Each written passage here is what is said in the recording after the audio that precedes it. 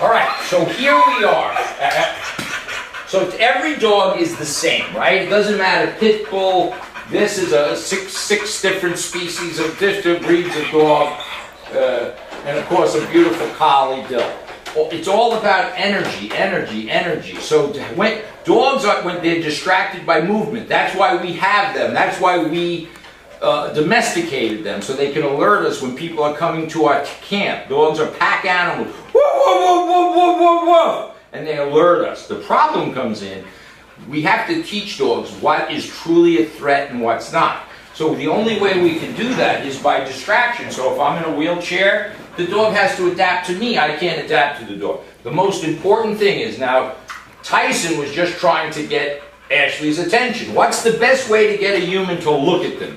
Whine, cry, even if you turn around and say, shut up. Not Charlotte. Charlotte, not Chocolate. Why I got that in my head. Charlotte's decided to lay down. Dill is still trying to figure out what's going on. Tyson, a little older, of course, so obviously it's like a senior citizen and a puppy here, because Charlotte's only about 8, 9, 10 months old. She's relatively young. So we have an adolescent dog, a senior citizen, and probably in the middle, Dill, whatever. So obviously Tyson is going to be a little bit more stressed out because this hasn't been her lifestyle, his lifestyle. Anyway, so let's have some distraction. Send the cat over. Raccoon. So we stimulate this. I can't really get your cats to volunteer to come across my floor. Good. So look, now look at the dogs. They're all, every dog is doing the exact same thing. Their ears came forward and they're watching this squirrel. But what they're not doing, let's think of what they're not doing. They're not barking, they're not growling. Notice each dog has a leash and collar hanging out. When we leave them unsupervised, we of course take the leash and collar off. But when we're supervising, this is how we teach them. Then if Ashley will go knock on the door, just close it and knock, we watch their reaction to our front door. So the door shuts. Now they don't know anything here. They haven't become territorial. But they all do the same thing. All three dogs do identical. And if she knocks, she's probably going to go outside. And, yeah, good. She's slamming door. So our house is no different. So she's going to knock again. I'm going to go see who it is. But I'm not dramatic about it. I'm just going to wander over and I'm going to see. Depending on what time of night. If this was 2 o'clock in the morning, I'd be nervous. So I'm going to see, and I'm going to see that it's Ashley, and you can pan over here a little. And then Ashley comes in, hello, how are you? And the dogs are nice, but we're not, and look, Charlotte gets excited, but there's no change. So then in a minute, we're going to let our dogs out. So it's all about structure. Now obviously Charlotte, who's ruled the roost since she was a puppy, and she gets way too much attention from the family, I know that. And so that's what creates her to be out of balance. So I'm going to let Charlotte out. I come here, but she can't come out without permission. There's nothing wrong with that. That's how dogs get hurt. They act on their own impulses. Okay, Charlotte. And I come out, and I sit. Good girl, Charlotte. And I love. And I do love Charlotte. This is how we love. She's on my left. You can move this without running her over. Correct her a little. And that was a little close, and you do have to respect dog boundaries. If you can just run over there and get my squeaky toy. And so let's throw my squeaky toy. So watch what this, and this is for all dogs. Watch what happens when I squeak. Watch all three dogs. Now Charlotte, so this is not a penguin. This is a dying animal.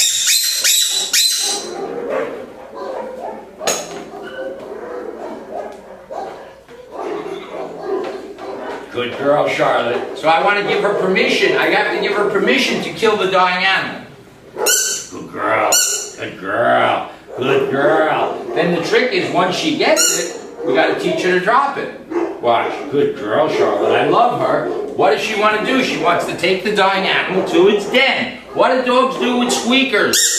They eat them. Yeah, good girl. Yeah. Good. All right. Good girl. So the point of the matter is, if she picks something up, good girl, Charlotte, good. So I'm gonna let her go, free time, good girl. Good, now somebody came in, who's there? Huh? Talia? Who's, oh, Jim. I'm looking for you. You usually have that little black step stool, that ladder. I don't know where it is. Oh, Jim, right next to the door. Right over here. Right Through this door. All right. So watch how we have company coming in. Watch all the dogs. Now she wants to kill our rabbit. Go ahead and move it. So we adjust the activity here. You see it? Oh, there's a little, you mean, he meant the black one. It might be. Sorry.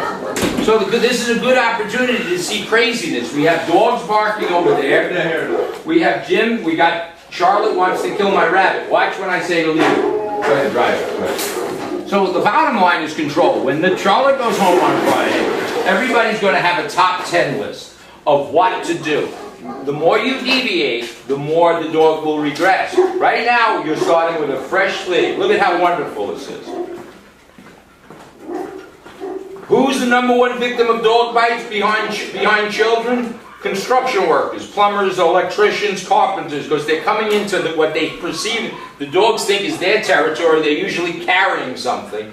Dogs see in a very kind of black and whitish, and they hear noises. So that's Charlotte. Now my next doggie is Dill. And notice Charlotte is following me. That's kind of the irony. Right? I didn't ask her to. Why? Charlotte. So Big Bad Tyson scared Charlotte. That's what dogs do. So I love. So just because I want to work with another dog, I'm going to put Charlotte. Watch how easy. Now let's just say you're fed up. You're having a party. You tell the dog, Charlotte, go place. Place. Place is the word, the sound to let a dog go. Boom. Close it. Now, Charlotte can't jump on anybody. They can't steal food from anybody. She's in her place. Next doggie, Dill. I wait a little bit. Understand, each dog, regardless of their breed, has a slightly different personality, just like humans. Okay, Dill. Good. Good, Dill. Good.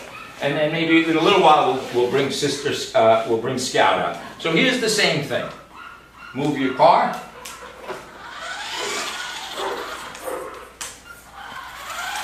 So Dill is just trying to figure things out. I'm going to sweep. Watch my other two dogs. They do the similar thing, right? They're not sure. So I love good behavior. Love. And I correct bad behavior. So it takes them a while to adapt. But if I don't stay on top of it, in a day from now, they'll be chewing these things apart. So everybody, all three pet owners, have a great opportunity to start keeping the dogs, as I said, from shaping their behaviors. Move your car a little bit. Go ahead. Now, if I encourage this, she'd probably pick it up and start chewing it. All right, that's great. So, the same thing. Her problem is, Dill, kind of like Charlotte, they learn to bark. And by barking, they control their life. And to some degree, Tyson, ironically, they're all the same. So I'm going to tell Dill to go back to her place. This place. Go place. Go place. Go place. Look. She sees herself in the window. Go place. Good. So it took her a minute to figure that out, but I'm not yelling and screaming. So I didn't even get up, right? But she started coming here. She's not used to this in here. She saw a reflection, not her. And then she went in, she balked a little bit. Now we have Tyson. We look at his behavior. He's not looking at it. He's a little pissed off. There is a point where they can't control their environment. So, call it a temper tantrum, call it whatever you want. It's kind of funny, right? So, I have a grandson like this, right? He didn't get ice cream, so he's not coming out. So I'm going to take my leash, I'm going to make a sound. Good, Tyson. Good. So again, nothing changes. Hi, baby. Love good behavior. Use my toy, my rabbit. Same behaviors. I'm going to squeak my squeaky toy.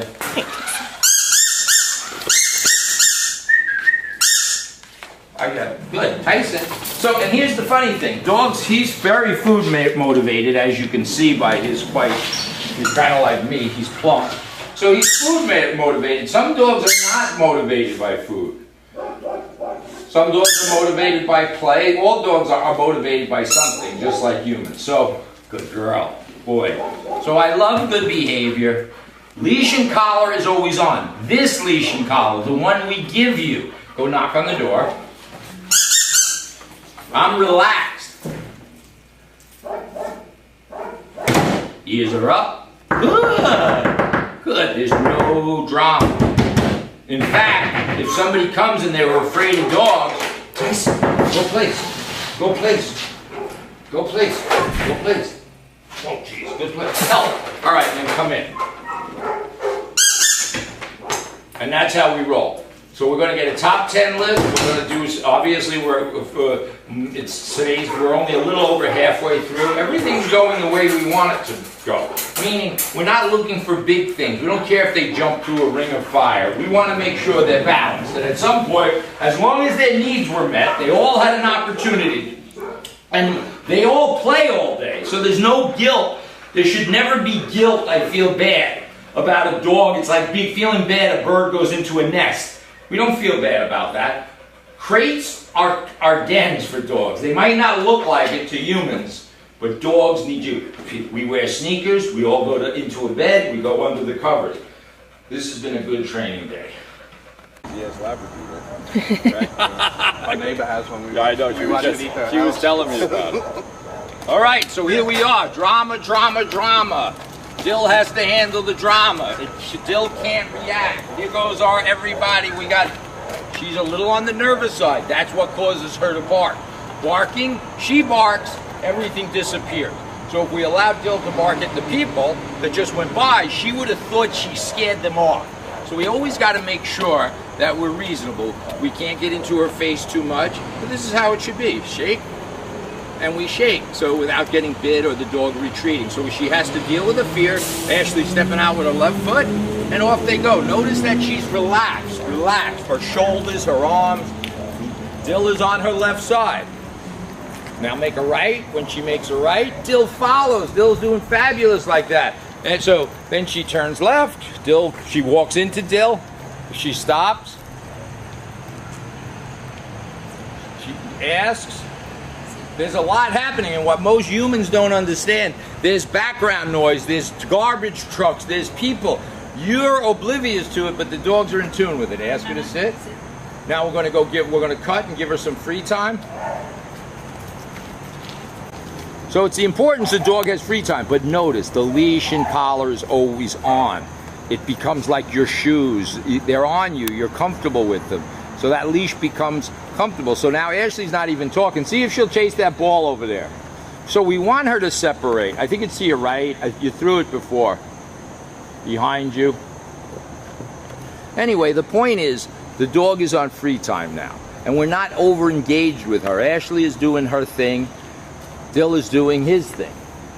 Just pick something, yeah. And if she wants, you offer something to play, and she plays. That's perfect. Look at her, like a bunny rabbit. What the hell is that? Do it again. Good. Go throw it again. So we start to understand the personality of the dog, and then we build on it.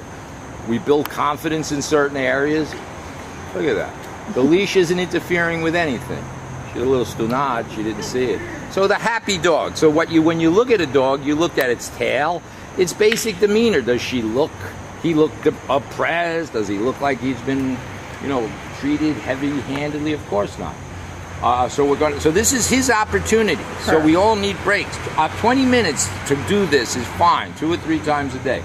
Walking on a leash, I'd rather not. I'd rather the dog have the opportunity to do what it really wants to do, which is sniff odor and explore things. So she's going to cut, and we're going to go out in the car. Good girl. Praise, praise, praise, praise, praise. Love, love, love, love, love, love, love. That's the essence of the come command. Stand up straight. Good. And then heel her into the apartment, put her in and we'll do some. So let's see what the dog sees. There's a man coming through. And he's coming very close. So the dogs can look. Of course they can look, but they can't bark. Good. So So just I started videoing because people are walking by constantly. Scout's laying down, Dill is on high alert, but that's fine. That's why we want dogs, to alert us to things, but they cannot bark neurotically or incessantly. People are coming and going, and Dill is on it. We're just waiting for Jackie. Alright, so here's my fellas are laying down, and here comes the Wicked Witch of the West, commonly known as Jackie. She looks mad, so the dogs are going to hear noise. Of course, Scout gets up. Here comes the very lovely Jackie. Hee hee hee, ha ha ha. And the dogs are fine. And she's got food, but it's human food. So we don't tease dogs, and here comes somebody else. There's people all over. But it's quiet. Okay, we're going to cut and go and eat.